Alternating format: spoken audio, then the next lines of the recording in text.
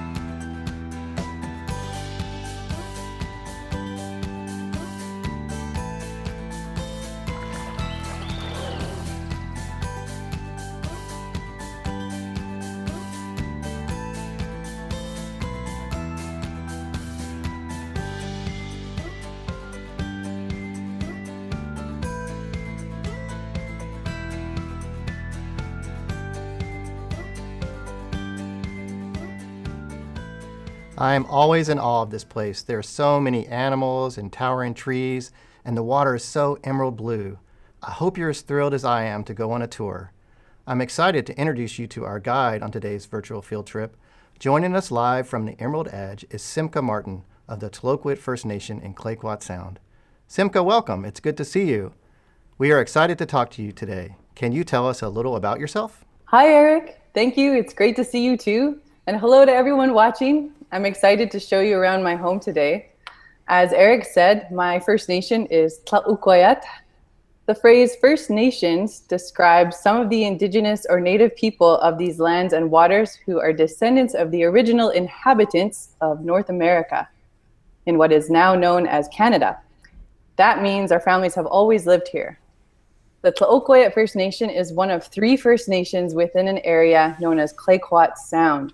And we are one of 14 First Nations within the Nuu-chah-nulth culture grouping on the west coast of Vancouver Island. There are over 617 First Nations communities in Canada. This interactive map is color-coded to show native lands across North America. You can explore it more by going to the link on screen or in the teacher's guide. Wow, 617, that's a lot. It's fascinating to know there are so many different First Nations. Tell us more about what it's like growing up in Clayoquot Sound. Have you always lived there? Yes, I grew up here. When I was a child, my best friend and I would spend a lot of time in the forest and on the beach that surrounds our village. We would play on swings and climb big spruce and cedar trees. Sometimes we would go in separate directions in the woods until we felt just far enough apart and then howl our way back to each other like wolves. The forests are so beautiful, and it was really fun to play in them as a kid. Now that I'm an adult, I don't do as much tree climbing. I don't like getting sap all over my clothes, but I still do explore places in my homeland that I've never been to before. A lot of people, like you all watching, visit this area with their families for vacation. It rains a lot here and we have a lot of gray days, but the summer has a lot of sunshine, which is when many people come to visit the area. Thanks, Simka. As you know, I've been to Clayoquot Sound many times, and you're right, there is a lot of rain. All right? Ready to have some fun? During our trip today, we're going to play a game called Nature Spy. We sent your teacher a list of animals that you'll see during today's field trip. Pay close attention. When you see an animal on screen, look for it on your worksheet and check the box of the animal you saw. Now, let's take a moment to introduce our classroom of fourth graders from Susie Fuentes Elementary School in Kyle, Texas. They're going to be helping us out during our trip. Hello, class. Hello. Thanks, everyone. So glad you could join us today. Earlier, I said the Nature Conservancy created the name Emerald Edge to describe this long coastline that stretches all the way up to Alaska. It's actually about 30,000 miles because there are so many islands and inlets. But Simka, can you tell us what your ancestors called this place and how you refer to it? We call it Wahiu, meaning home. Also, the word Nuchanush, which is the word for our cultural grouping, translates to all along the mountains and the sea. It's amazing that all that information fits in one word, and it's such a perfect description of your home, what it's like. What's it like to live all along the mountains and the sea? It may surprise you that a rainforest is so far north, but the mountains and sea here are part of what is called the coastal temperate rainforest. A temperate rainforest just means sometimes it's warm and sometimes it's cool, but it doesn't get really hot or really cold. Whereas in a tropical rainforest, it's hot and humid most of the time. But all rainforests get a large amount of rain, whether they're temperate or tropical. This map shows that a temperate zone is further north, while the tropical zone is further south, which is closer to the equator, where it's usually warmer. Our average rainfall is around 130 inches per year. To put that into perspective, in Chicago, the average rainfall is only 36 inches per year. That's a big difference. If you're wondering about snow, we get a little bit, but not as much as other places this far north. There are also a lot of rivers, I bet, with all the rain. Is that right? We do have a lot of rivers. They are made from rain and mist and fog, or from melted snow that is high up in the mountains. It sends fresh water down the hills and to the lakes. The rivers connect us to the sea in many ways. I want to explain one really unique thing that shows how the land and sea are connected here. In Clayoquot Sound, there are 5 different kinds of salmon.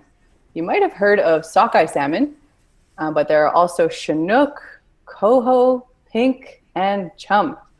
These fish live in both fresh and salt water, and they go from the ocean to the rivers to spawn or reproduce. After they spawn, they die, which might sound sad, but it's part of the cycle of life. Their offspring return to the ocean to live, and when the dead salmon break down in the forest, they bring nutrients from the ocean to the land. Their bodies feed the plants and the trees that grow so tall here. It's really amazing to think about the way the land and the sea are connected. Tell us about the importance of salmon in your daily life. Sure. Salmon is an important traditional food for us and as part of our livelihoods. Sometimes our entire community comes together for a meal and smoked salmon is on the menu. We also enjoy steamed clams, crab, potatoes, and salad. And we always have a spaghetti option for the picky kids. Other traditional foods include various root vegetables and many kinds of fish, seaweed, berry leaf teas, elk, deer, and on rare occasions, whale meat and blubber. It's hard to choose a favorite, but I do love smoked wild salmon. That's a lot of different foods. It sounds like you get a lot of the food you eat from around Clayoquot Sound. We do. And there are very specific stewardship practices for everything that is gardened, gathered, collected, or hunted. We're very careful about not taking more than we need. In our language, we have the word isak, which can be translated to respect for all living things. And that's at the heart of our practices for stewarding or taking care of the land. It seems like a lot of your time is spent on the water in your canoe. Canoes play an important role in your culture too, right? They do. Canoes used to be a main mode of transportation. Since we have so many inlets and islands, canoes were the fastest way to get around. Being on the ocean in a canoe teaches a lot of important local knowledge, like how to work with the tides and the winds and the importance of weather forecasting. Traveling by canoe helps a person get in tune with everything around them. The canoe is experiencing a resurgence today through yearly intertribal canoe journeys where Indigenous people from all over paddle from their homes to a different location hosted by an Indigenous community in North America. Tell us more about how canoes and canoe carving are part of your family. My dad makes the canoes that I use for my business. He loves making canoes. He learned from his father, and he takes a lot of pride in it. And he's made over 70 canoes already. I love being in these canoes. It's peaceful, and I feel like I'm part of the world around me, unlike how I feel in a noisy, fast motorboat. It's such an amazing experience to be out on the water. So let's climb aboard and let me show you what it's like to travel through the sound in a hand-carved canoe.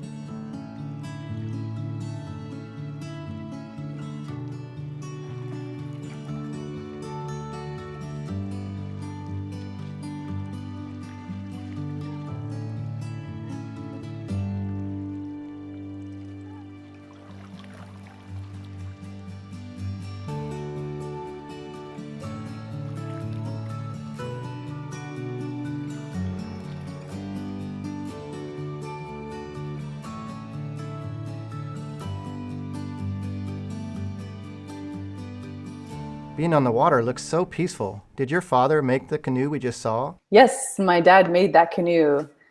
The trees that he uses to make canoes are anywhere from 300 to 800 years old. He always uses cedar, but I've heard of other carvers using other kinds of wood like Sitka spruce, but it's a bit more difficult to carve and it's a bit heavier. If my dad has leftover wood after making a canoe, he uses it to make tlupchas, which is cedar splints for a traditional salmon barbecue. It can also be used for kindling and other smaller carvings. My dad likes to carve also masks, totems, rattles, bentwood boxes. I'll let him tell you a little bit more. My traditional name is Tuta Quisnapshit. I'm from the House of Iwas of Tla'uquet. My English given name is Joe Martin. I learned about canoe carving from my father and my grandfather when I was very young. He didn't leave me a choice to go or not. He just get ready, we're going. When I was really young, I didn't like it, but now I appreciate all I've learned from it. The process of selecting a tree for a canoe was one of the most important steps, and that was because of the teachings of our people to be very respectful of all the creatures around here. This forest here, you can't just come here and just cut a tree down. I had to come here several times and sit here and just listen to be really quiet. Make sure that there's no eagle nests around in any of the trees here, or a wolf den, or a bear den, or a cougar den. The canoe was one of the most important creations of the coastal peoples here because it gave us access to all the resources from the mountains also, and especially from the ocean. You go there and go do fishing, hunting. We will take and use as much of it as we can. There'll be 5 canoes made out of this one tree. This tree, when I first cut it down right at the base over there, it's about 8 feet in diameter. And so once we cut it down, then we took about 9 more feet off of it. This canoe will take maybe 600 hours. Today I use a chainsaw to cut this, but in the former days they just split it all, and it was all done by hand. In the former days was stone, bone, and fire that they would use to shape these canoes. And today I do use a chainsaw and some modern tools that I have. I learned carving only because my father and my grandfather didn't give me a choice to go or not. And said, get ready, we're going. It wasn't, do you want to come? No, they told me, get ready, we're going. And that's basically how I learned it. A lot of children or a lot of people will learn just from watching. And that's how I learned a lot of stuff, was just by watching. And I learned how to cut up salmon because I watched my grandmother do it so many times. She was really quick at it. Carve canoes, I learned from my dad and my grandfather. So that's all my dad used, was one of these, and these here, and those two. That's all he did. Dugout canoes that I have made for my daughters have been used for educating the general public that come here to visit the lands here to see it from our perspective.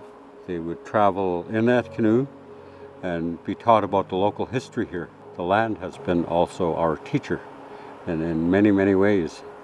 The canoes that evolved here on the coast, they did evolve here for a long, long time.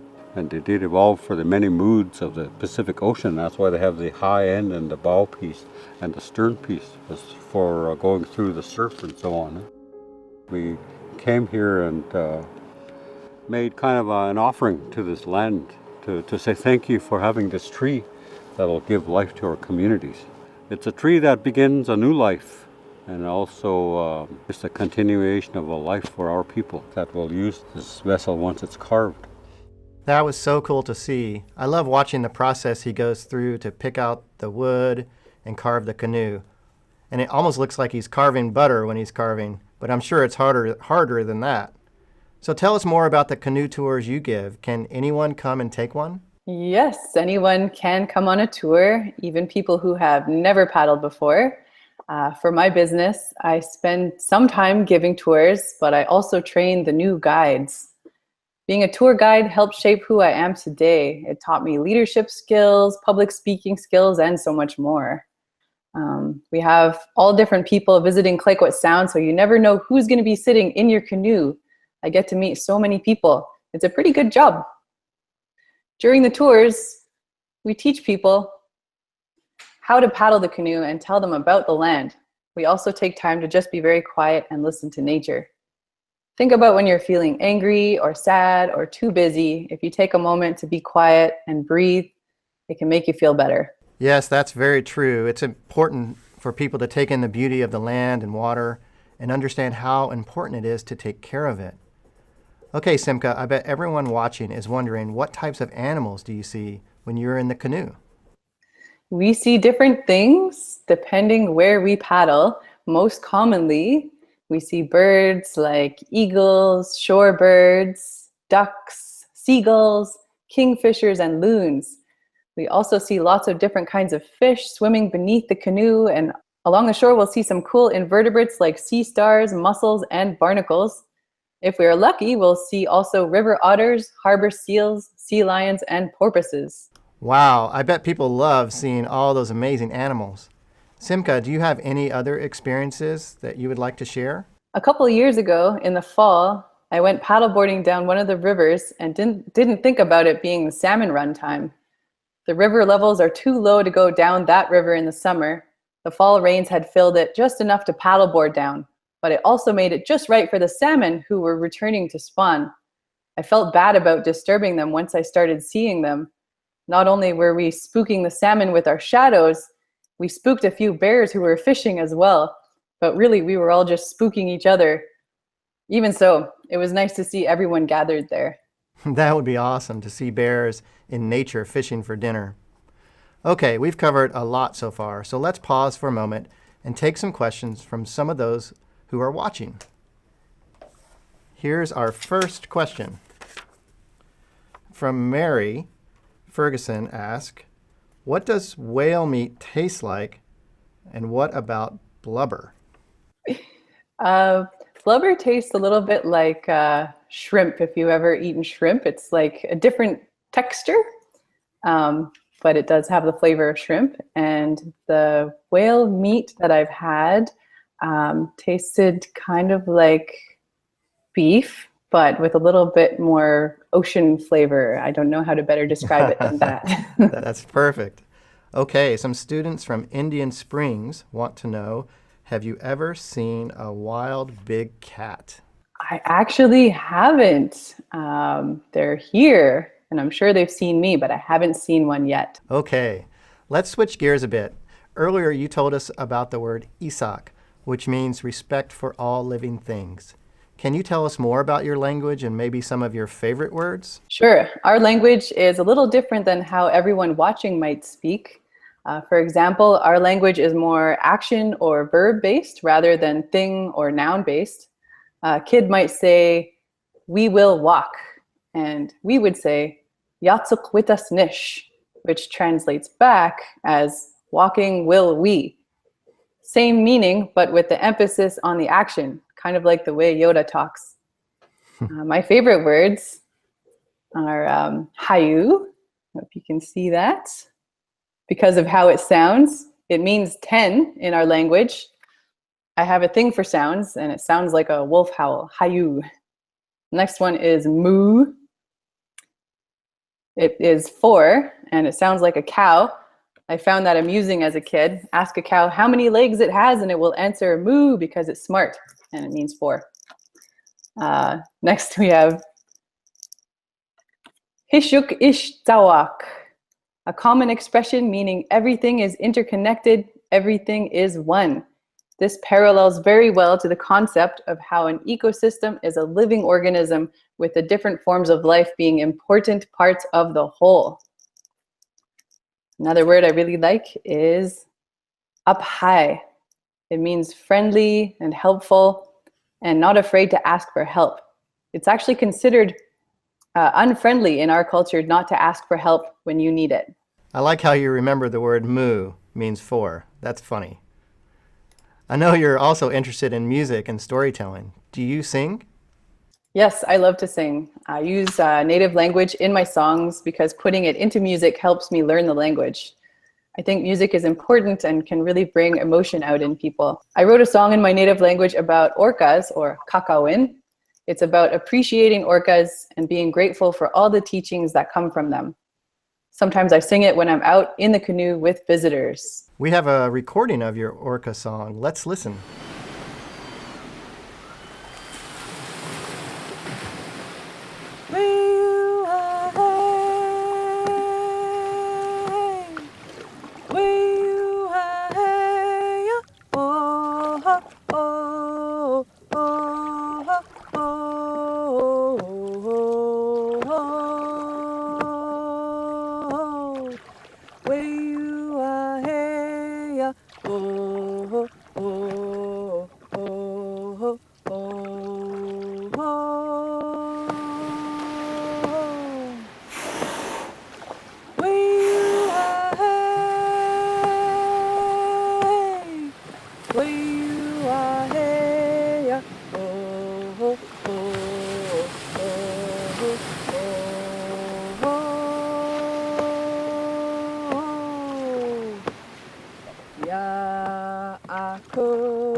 Sutef kakawin, ya akok sutef kakawin, ya akok sutef kakawin, ya akok sutef kakawin, wayu aheya, oh oh oh oh oh.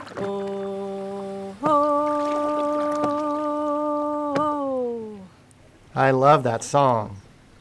Thanks for sharing it with us. What other stories can you share with us? Probably one of my favorites is about Qayatsik, a wolf that runs from the forest to the rocks at the shoreline. He leaps from the rocks into the ocean and magically transforms into Kakawin, or orca.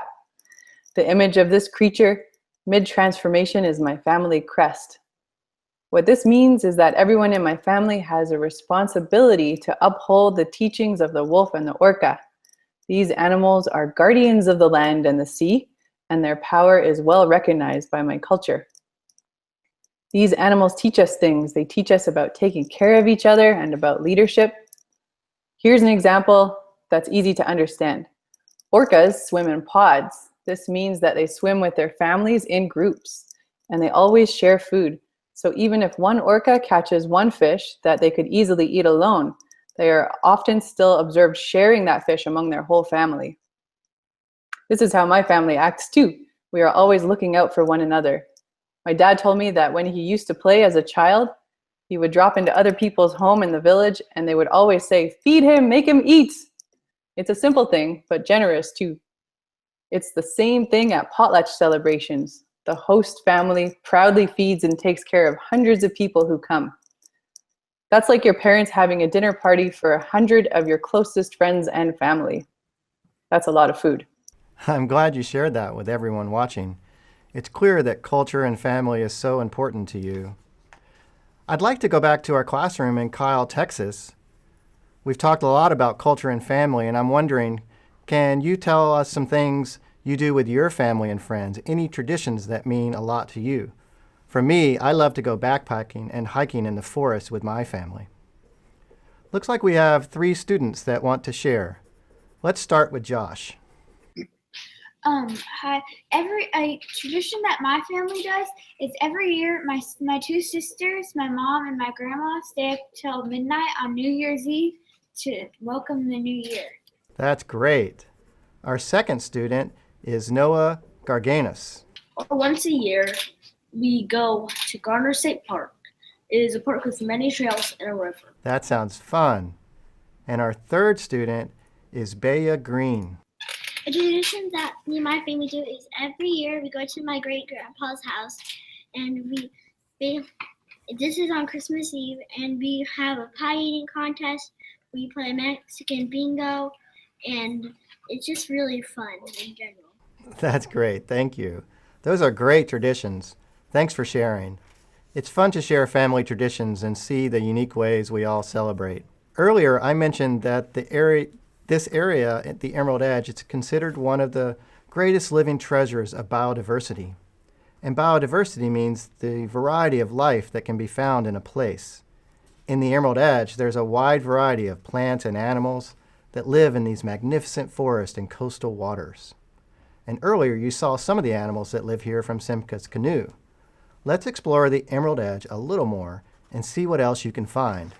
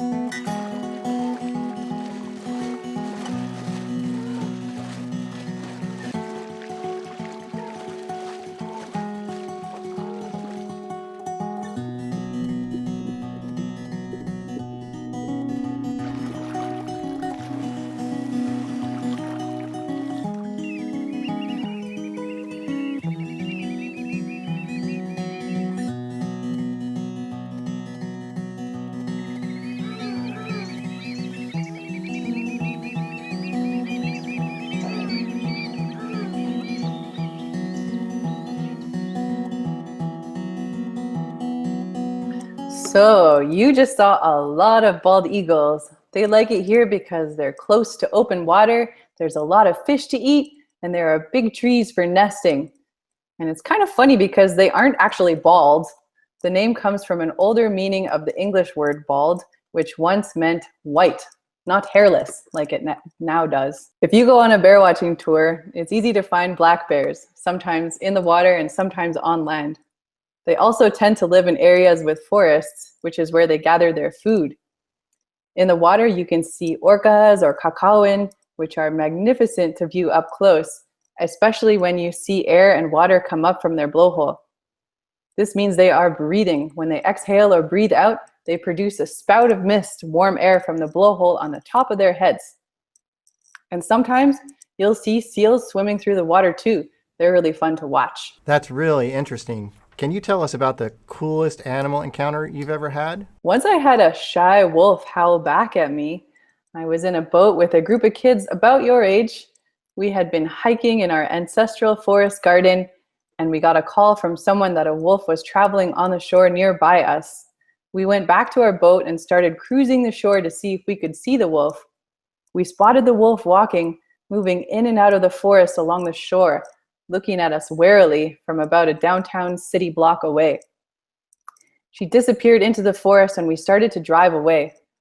I got this sudden impulse and asked my dad, who was driving the boat, to stop the boat before we got too far, and I just let out this big howl. And we got a beautiful 3 falling note cascade of a response howl a moment later. That was really special. So clearly this is a really beautiful place, and we've seen and heard a lot of inspirational things about it. That's why I want to talk about the importance of protecting what we see here in the Emerald Edge. Simka, can you talk about some of the environmental challenges faced by your community? Yes, logging is a huge issue for us in Clayoquot Sound. Logging is when people cut down trees to make paper or wood products. When a lot of trees have been cleared from a mountainside, rainwater can wash all the way down with nothing to stop it. This causes erosion of the soil, and the rivers get clogged with washed away soil and woody debris. In my native language, the word for tree is suchas, which translates back to English as landholder. Suchas have extensive root systems, and a group of suchas working together can hold the soil in place, keeping it from washing away. Logging is a really big concern because it really changes the landscape. There's a big difference between taking one tree here and there for what you need and for your community, like a canoe, and cutting massive amounts of trees at one time. I don't think early logging companies understood the importance of the trees for the land. We saw your father talk about taking care to look out for eagle's nest and other animals when selecting a tree to use to make canoes. Can you tell us more about how people from your community take care when finding wood for projects like canoe building? Yes, like my dad said in the video, there are specific stewardship teachings to do with each living being. If someone needs a live standing tree, like for a canoe, there are several things to look for, including eagle's nests and wolf or bear dens. If the dens are too close to your chosen tree or work site, you would be disturbing those animals, which is against our traditional law. It is also against our law to disturb an eagle's nest. If you find a nest in a tree or a den that is nearby, you will have to choose another tree. Out of respect for the tree's life, the person cutting down or felling the tree must have a plan for the whole tree. It is important not to cut trees down without a good reason. The person that wants to cut the tree will spend time with it, telling the tree how they would like to transform it into something of great use to their community. Are there any other considerations that must be made before you remove a tree? The tree feller must also look around the area and see which young saplings are there who will come up in that tree's place. The canopy of the forest will open up when the tree falls, the big tree, that is, and more sunlight will reach the forest floor. So it is important to not trample the saplings who will be able to spring up once they are getting more light when that larger tree comes down. I know from the Nature Conservancy's work in Canada that many First Nations like yours are reasserting their rights and authority to manage their lands and waters. And I see why it's important for communities like yours to have a voice in how to protect the lands and waters and be smart about using what nature provides. It also seems like your traditional laws take into account the need to care for the lands and waters on which you depend. You mentioned the word stewardship a few times. Can you explain what stewardship means to you and tell us more about the role of stewardship in your community? Stewardship is the careful and responsible management of something. In my community, we have ancestral stewardship roles that date back thousands of years. We have river keepers.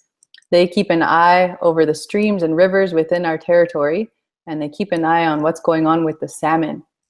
Sometimes the young salmon get trapped inside small pools, and if the weather is hot, the pools can heat up, which is dangerous for the fish. The river keepers move these salmon to the larger pools or to flowing rivers to keep them cool and to save them. Thanks for sharing that, Simka. Those are great examples of why it's important at us at the Nature Conservancy to work to support communities to regain stewardship authority and get it back to indigenous communities. The goal for everyone is to make sure ecosystems are healthy now and into the future, while respecting the culture and heritage. If communities like Simka's can make decisions about the land, it's a win for everyone and for nature. The Nature Conservancy in Canada also works with kids, just like you in the audience. We bring youth out to explore where they live, and they learn how to take care of the land, and it's up to them to protect the land of their ancestors. I love being involved with the Emerald Edge team because our project and our work is about what's needed for both people and nature in this landscape.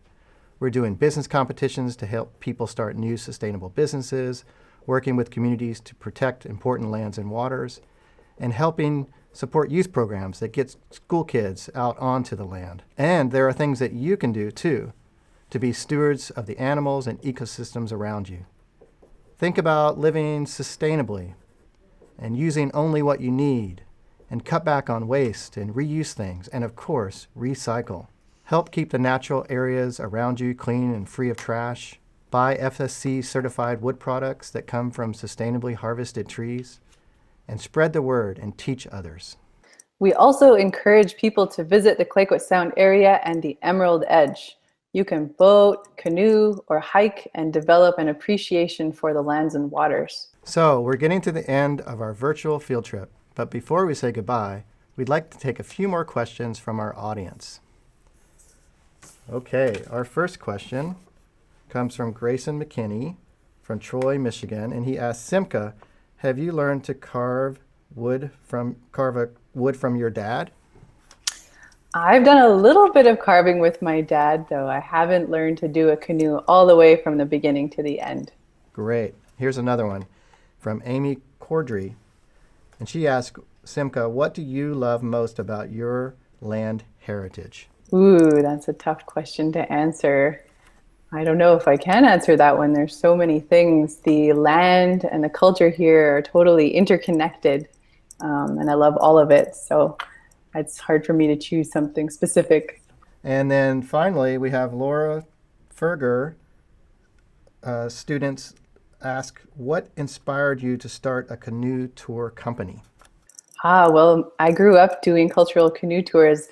My older sister at the time ran a cultural canoe tour business, and I really enjoyed working for her because of all the skills that I got to develop doing that.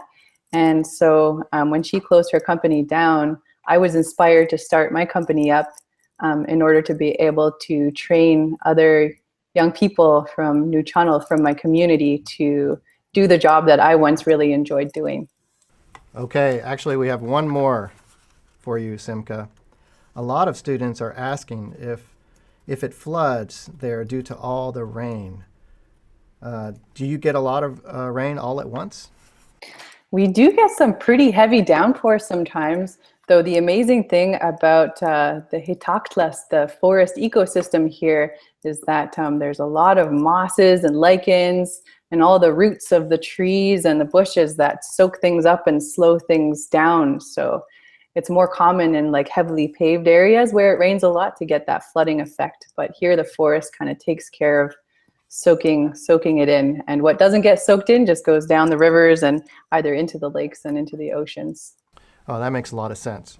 And Simca, we really appreciate you joining us as well for our virtual field trip and showing us around your part of the Emerald Edge. My pleasure. Thanks so much for having me. Let's also say thank you and goodbye to Mrs. Waite's class in Susie Fuentes Elementary School. Thanks for joining us. Bye. If you want to follow along with Simca's adventures, you can find links to her blogs in the Virtual Field Trip Teacher's Guide. And if you want to learn more about their work in the Emerald Edge that I do, you can find links to information, videos, and activities in the Teacher's Guide as well. Many thanks to Lowe's for providing support for today's virtual field trip. Thanks for joining us. Until next time, goodbye.